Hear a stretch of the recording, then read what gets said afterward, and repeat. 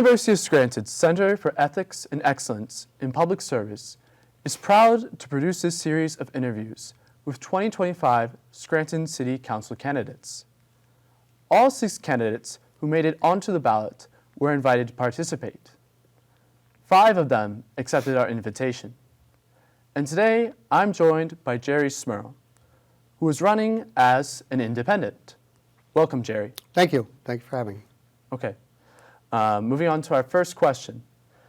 The cost of living keeps going up, while many Scranton residents struggle with stagnant wages and/or limited job opportunities. Do you have a plan to attract new businesses, good-paying jobs, and/or to help local businesses grow? Well, we'll start with our local businesses because I think they're the most important. They seem to be, that's our base. So what we need to do is support them first. Give them the opportunities, give them anything that we can provide for them, to give them the opportunity to grow first. Once they start to grow, the city gets better, we have more employment. So first of all, it's the local businesses first. Then as you go, hopefully that builds, you need to work with your Chamber of Commerce. You need to work with individual groups that look forward to different styles of jobs. We're no longer a coal industry, and that is all gone. So it is really a lot of new things moving into our area. So hopefully get a lot of younger people involved because that's what we need. As far as like jobs in the city of Scranton, look at the University of Scranton nursing program. They feed to our nursing programs or the hospitals and stuff around here. Johnson College, they feed all of our police. They have the Act 120, or not Johnson College, Lackawanna College, but Johnson College, great jobs, above average jobs for plumbing, heating, electrical. They are right now paying above average. And that feeds into our area. So we're very lucky to have a bunch of these. Marywood, they have another great architectural program. So we do get a lot of people that actually stay in the city that come here for school, but they are a lot of good paying jobs. So we don't really follow that too much to see how many we get that actually stay. But I believe that just having those 4 feeders in the city of Scranton is great. That feeds into it. And they are very good jobs. So that's pretty much the plan. Okay. Our next question is, some Scranton residents seem to be far more concerned about crime than others. How concerned should residents be? And what would you recommend that the city do to address crime? Well, crime is everywhere. We are not alone. It's growing throughout the United States. It's just a fact. I do believe our police chief, Chief Carroll, is doing an excellent job. I support him 110%. You have to, if you want to really know the stats and what's going on, you go right to the source, which is our chief. There are spikes in crime. There are spikes in crime everywhere. The murders that we've had in Scranton, that's not an every year event. So, you see things like that. Our police department has been a lot more proactive lately. So they're growing. They're taking different steps. There's different approaches on how to handle a crime. Neighborhood crime, things. You're always going to have that. It's the larger things that we have to worry about, the murders and stuff like that. But our police department is excellent. Pretty much, don't come to Scranton and commit a crime because our police department is. It is, and I don't say this because they don't do their job. It is an excellent police department. You look at their track record, and it's way above average. So anything we do, naturally, we support, the entire council supports the police department. And it matters not what they ask. We provide it. Last year, the chief had requested an extra IT person because of all of the new police cars, all of the equipment that we have now. It is so hard to keep up on technology today. The cameras our police officers wear. We are so far advanced. Our cameras and stuff are more advanced than most cities within 100 miles of us. So we need somebody to take care of that. So I went to council and I asked if we could open last year's budget. Not everybody was happy. I don't like to open a budget to add a job, but this I felt was necessary to provide this. So we did open a budget and we did add that position. So that's just another thing we have to do to keep on helping our police department and our fire department. We have the newest equipment available. And we do have quite a few pieces of equipment on order, new fire trucks and everything, but we do support our police and fire department, no matter what it is. Okay, thank you. Our next question is, Scranton has an aging housing market and arguably a shortage of affordable homes and apartments. What specific policies would you support to improve housing quality and affordability for young people, working families, and/or seniors? Well, our housing situation is over half of the houses in Scranton are not owner-occupied. So there are a lot of apartments. There are a lot. Our problem is absentee landlords, and that is a huge problem, not only here but everywhere else. So we have to tackle that. We have to find a way to get a better bite so that people realize that we are going to punish them if they come here and just destroy our neighborhoods by overcrowding these apartments and gouging in prices. I did write legislation for a vacant property registration. That is with the attorneys right now. So that will give us a list and hopefully give our police department a list that even after City Hall closes, this is something that they would be able to access, to know who owns these properties and who the representative is. And so we need to get into that. Also, I've brought to the administration a program that would enable us to go and, it's a conservatorship program, but it would enable us to go and take properties with a judge's order from absentee landlords or just vacant properties that have been abused our neighborhoods forever. As of right now, we don't do that. This would give us the right to take a property, rehab it, and do either resell or do whatever, and then move on to the next.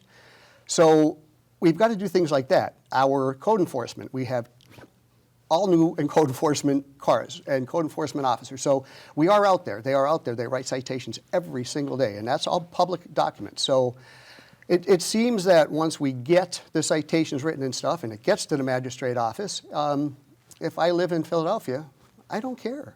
Send me as many as you want. And that's exactly what happens. They have filing cabinets filled with citations.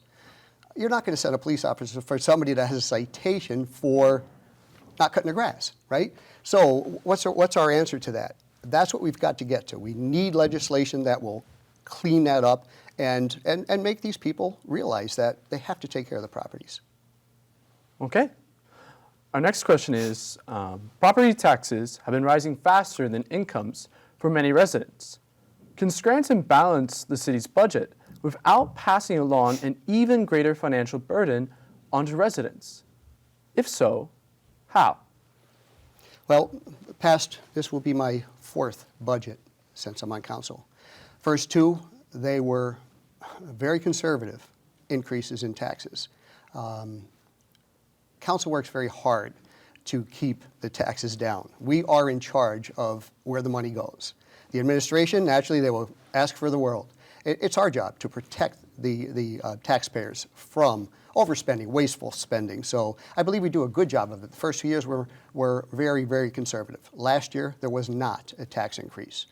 I'm really hoping that this year we can duplicate that only because of the county tax. It is so scary to see that. I don't even know where my taxes are going to be right now. We don't have a multiplier to give us an exact way to find out. So it is scary, and I get that. So I'd like to see that held at zero again this year. I have not seen any of the budget. When I got on council and when I was appointed to council president, and everybody knew this, I speak with the administration, if not daily, then every other day. I go back and forth between council and the administration. I am not afraid to speak to any of them or ask them. So I am involved in the finance committee. I am involved in their budget that is coming down. I do have a meeting coming. The budget has already started. I have a meeting coming. I will go and speak with the administration, go over what they're looking for, and if there's things there that look like is going to be a headache, I take it back to council like I did last year. If you saw last year's budget and the council meetings, there was no fighting. We knew everything ahead of time. So we took care of all the problems before we get to the point of council where you have to air your dirty laundry. We don't need to do that. You can get along. We all want the same ending. It's just everybody has a different way to get there. The administration has one way to do stuff, and council has another. We're responsible at the end for that money. So we will do the right thing and keep going in the right direction. So, but you have to communicate. If you don't communicate, we all lose. Okay. Our next question. One of the most divisive issues in the country involves the presence of ICE agents and National Guard troops in American cities. If ICE or the National Guard arrives in Scranton, what should the city say and do? What should law enforcement say and do? And what should Scranton residents say and do? Well, I'll speak as a Scranton resident.